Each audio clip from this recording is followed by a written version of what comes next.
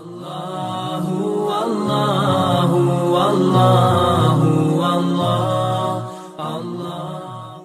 کے درس میں مختصر بتایا تھا کہ سن 9 ہجری میں مکہ فتح ہونے کے بعد وفد نجران عیسائیوں کا ایک وفد جو 60 آدمیوں پر مشتمل تھا وہ مدینہ منورہ آئے، کیونکہ جب انہوں نے دیکھا کہ مکہ بھی فتح ہو گیا اور یہودی بھی مدینہ سے جلا وطن کر دیے گئے، ارد گرد ہر طرف سے اسلام کی آوازیں آ رہی ہیں، کلمے کی آوازیں آ رہی ہیں، لہذا عیسائیوں نے سوچا اب ہم الگ تھلگ ہو کر نہیں رہ سکتے، کہ یہ نہیں ہو سکتا کہ ملک عرب کا ہی ہو اور ہم اسلام کے خلاف ہو کر رہیں، کیونکہ مسلمانوں کے ساتھ لڑنے کی ہمارے اندر طاقت نہیں ہے۔ لہذا ہمیں جا کر مسلمانوں کے سردار نبی پاک صلی اللہ علیہ وسلم سے بات کرنی چاہیے کہ اے پیارے پیغمبر، ہم مسلمان ہونا تو نہیں چاہتے، لیکن ہم کافر رہ کر عیسائیت پر قائم رہتے ہوئے آپ کی ایک رعیت اور عوام کی حیثیت سے رہیں گے، لیکن آپ کو ٹیکس دیں گے، آپ جتنا ٹیکس ہمارے اوپر لاگو کریں گے ہم وہ ٹیکس ادا کریں گے، لیکن اگر ہم ٹیکس دیں گے تو پھر ہمارے بھی کچھ حقوق ہوں گے، آپ کی حکومت کے ذمے ہماری جان مال عزت آبرو کی حفاظت آپ کے ذمے ہوگی۔ لہذا اس قسم کی باتیں کرنے کے لیے وہ مدینہ منورہ پہنچے۔ 60 آدمیوں پر مشتمل لوگ تھے۔ آتے ہی انہوں نے پوچھا نبی پاک صلی اللہ علیہ وسلم جو آپ مسلمانوں کے سردار ہیں وہ کہاں ہیں؟ تو نبی پاک صلی اللہ علیہ وسلم مسجد نبوی کے ساتھ ایک چھوٹا سا حجرہ تھا، آج جیسے 12 بائی 12 کا کمرہ ہوتا ہے، یوں سمجھ لیں کہ وہ 12 بائی 12 کا نہیں بلکہ 6 بائی 6 کا کمرہ، چھوٹا سا کمرہ، چھوٹا سا حجرہ، چھوٹی سی چھت۔ اور جب ان کو بتایا گیا اس حجرے میں نبی پاک صلی اللہ علیہ وسلم آرام فرما ہے، ابھی اٹھیں گے پھر آپ کی بات کروائیں گے، وہ حیران پریشان ہو گئے کہ اتنے بڑے یہ سردار مسلمانوں کے بادشاہ اتنے چھوٹے سے گھر میں رہتے، چھوٹا سا حجرہ، تو بڑے حیران ہوئے۔ بعد میں جب نبی پاک صلی اللہ علیہ وسلم فارغ ہوئے اور باہر تشریف لائے، ان سے ملاقات ہوئی، آپ نے پوچھا کہاں سے تم لوگ آئے؟ انہوں نے کہا ہم نجران کے عیسائی ہیں، تو ہم نجران سے آئے ہیں۔ نبی پاک صلی اللہ علیہ وسلم نے صحابہ کرام کو بلایا اور کہا یہ مہمان ہیں، ان کی مہمان نوازی کے انتظامات کرو، ان کے ٹھہرانے کے لیے انتظام کرو۔ تو صحابہ کرام نے مشورہ کیا کہ ہمارے پاس اتنی بڑی کوئی حویلی نہیں ہے، اتنا بڑا کوئی ہال نہیں ہے، جیسے آج کل لوگ شادی ہال میں سارے مہمانوں کو کر لیتے ہیں انتظام، تو ہم ان کو کہاں ٹھہرائیں؟ لہذا انہوں نے مشورہ یہ کیا کہ 2 آدمیوں کو ہم اپنے گھروں میں لے جائیں گے، ایک تو ان کی مہمان نوازی خاطر تواضع بھی آسان رہے گی اور کسی ہمیں ایک جگہ پہ ٹھہرانے کی دقت بھی نہیں آئے گی۔ انہوں نے نبی پاک صلی اللہ علیہ وسلم کہا یا رسول اللہ ہمارا یہ مشورہ ہوا ہے کہ 2 آدمی ہم لے جاتے ہیں۔ آپ نے یہ رائے پسند کی، آپ نے فرمایا ٹھیک ہے۔ اس وفد کے لوگوں کو کہا کہ ہمارے پاس بھائی سیدھی سی بات ہے، اتنا بڑا کوئی حال کوئی حویلی نہیں ہے ہم آپ کو ٹھہرا سکیں، کوئی مہمان خانہ نہیں ہے، 2 آدمی ہم آپ کو لے جائیں گے، اپنے گھروں میں ٹھہرائیں گے، اس میں سہولت رہے گی۔ انہوں نے کہا ہم مشورہ کر لیں۔ انہوں نے اپنے پوپ پادریوں سے مشورہ کیا، ان کے پوپ پادریوں نے کہا مسلمان تبلیغ میں بڑے تیز ہیں، انہوں نے ایک ہی رات میں تمہاری بھیڑوں کو مسلمان کر دینا، یہ تبلیغ میں بڑے تیز ہیں، انہوں نے تبلیغ کرتے کرتے ہم 1 دن ٹھہرے 2 دن ٹھہرے ہمارے پتہ نہیں کتنے بندے توڑ کے مسلمان کرتے، اس لیے الگ الگ نہیں ٹھہرنا، ان کو کہو ہم اکٹھے ہی ٹھہریں گے۔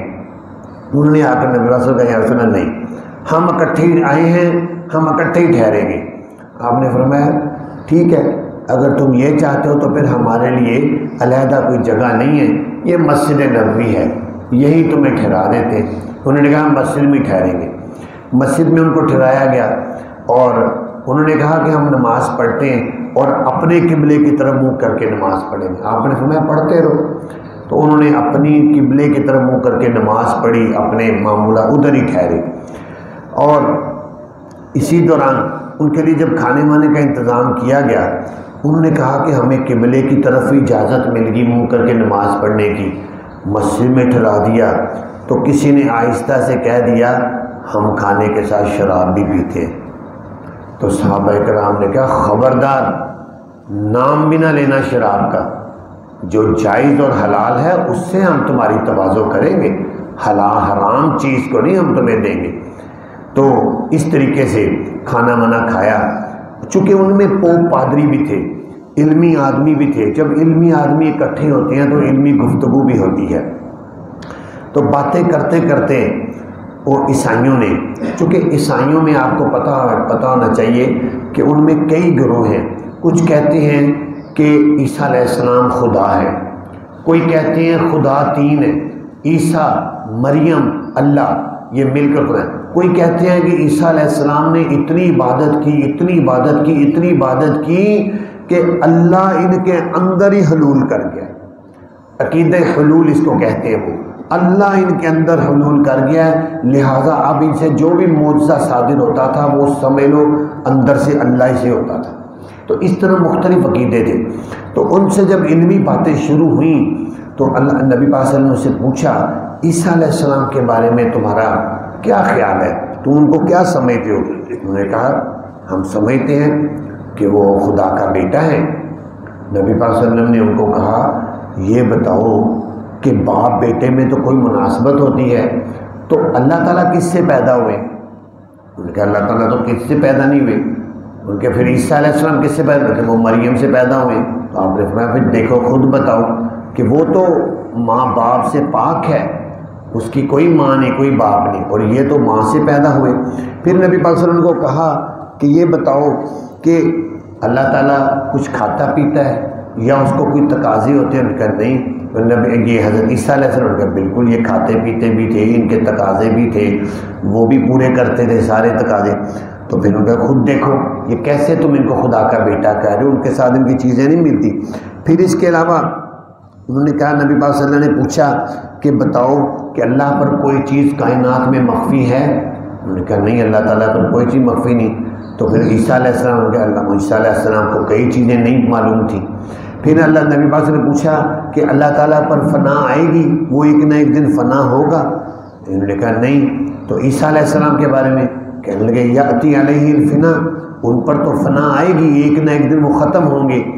تو نبی پاک نے فرمایا اب تم خود ان باتوں کو تسلیم کر رہے ہو تو اب بتاؤ کیسے ہی ان کے بیٹے ہو سکتے؟ اب عیسائیوں نے چونکہ وہ تھے تو پوپ پادری، انہوں نے کہا اچھا اگر عیسیٰ علیہ السلام اللہ کے بیٹے نہیں ہیں تو قرآن پاک میں تمہاری کتاب میں ان کو کلمت اللہ روح اللہ کیوں کہا گیا ہے؟ اور یہ کہا گیا قرآن پاک میں کہ عیسیٰ علیہ السلام اللہ کی روح ہے، کلمت اللہ، عیسیٰ علیہ السلام اللہ کا کلمہ ہے۔ جب یہ انہوں نے سوال کیا تو پھر اللہ تعالیٰ نے یہ آیات اتاری جو ہم نے آج تلاوت کی ہیں۔ ان آیات کا مطلب یہ ہے کہ یہ جو آیت انہوں نے اللہ تعالیٰ کی جس میں آ رہا ہے کہ اللہ تعالیٰ کے عیسیٰ علیہ السلام خدا کی اللہ کی روح ہے، اللہ کا کلمہ ہے، یہ آیت متشابہ ہے۔ متشابہ اس آیت کو کہتے ہیں جس کا معنی اور مفہوم واضح نہیں ہوتا، اس کا معنی کیا ہے، اس کا مطلب صحیح کیا ہے وہ اللہ ہی بہتر جانتے ہیں۔ جیسے میں نے کل آپ کو حروف مقطعات کے بارے میں بتایا، الف لام میم اتنا حامیم، تو ان کے بارے میں یہ عقیدہ ہوتا ہے کہ ان کا معنی اور مفہوم اللہ ہی بہتر جانتے ہیں۔ تو یہ آیت متشابہات ہے کہ اس کا اصل معنی کیا ہے وہ اللہ ہی بہتر جانتے ہیں۔ اللہ تعالیٰ نے ان کو روح اللہ کیوں کہا کر، لیکن ایک مطلب اس کا یہ بنتا ہے کیونکہ اللہ تعالیٰ نے ساری دنیا کو ماں باپ سے پیدا کیا اور آدم علیہ السلام کو بغیر ماں باپ کے پیدا کیا، عیسیٰ علیہ السلام کو بغیر باپ کے پیدا کر کے اپنی قدرت کا اظہار کیا۔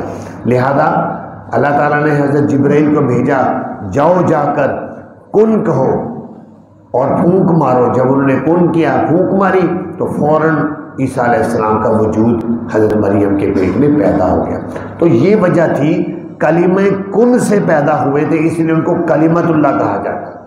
روح اللہ اس لیے کہا جاتا ہے کہ حضرت جبرائیل نے پھونک ماری جس کی وجہ سے ان کے اندر روح پیدا ہو گئی۔ یہ مطلب نہیں ہے اس کا یہ مطلب نہیں ہے کہ عیسیٰ علیہ السلام خدا ہیں یا خدا کا بیٹا ہے، وہ تو اس سے ثابت نہیں ہوتا۔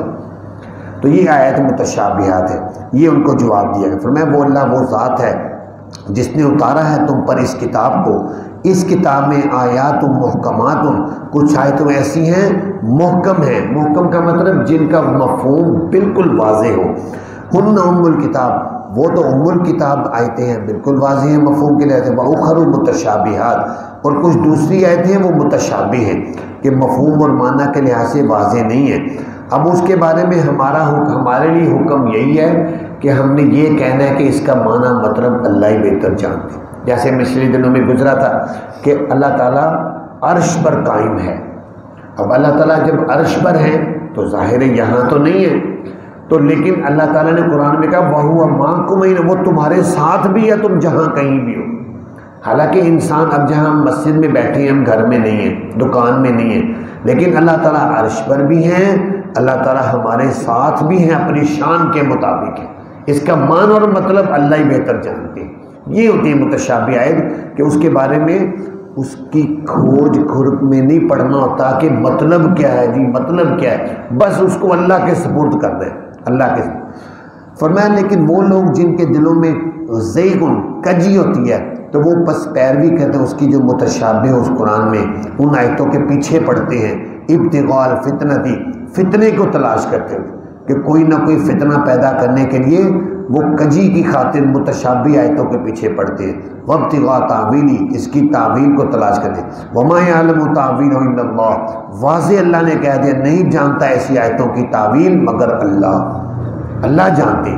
والراسخون فی العلم، اور جو لوگ راسخ فی العلم مضبوط ہوتے ہیں علم کے لحاظ سے، وہ کہتے ہیں آمنا بھی، ہم اس پر ایمان لاتے ہیں، کل من عند ربنا، سب کا سب قرآن پاک ہے سب اللہ کی طرف سے ہے، وما یذکر الا اولو الالباب، اور نہیں نصیحت حاصل کرتے مگر عقل والے۔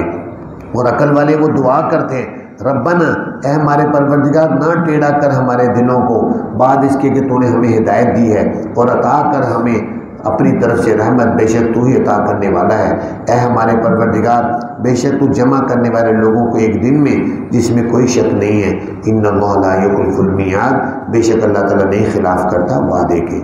اللہ تعالیٰ سے دعا ہے اللہ تعالیٰ ہمیں قرآن پاک کو سمجھنے کی توفیق عطا فرمائے۔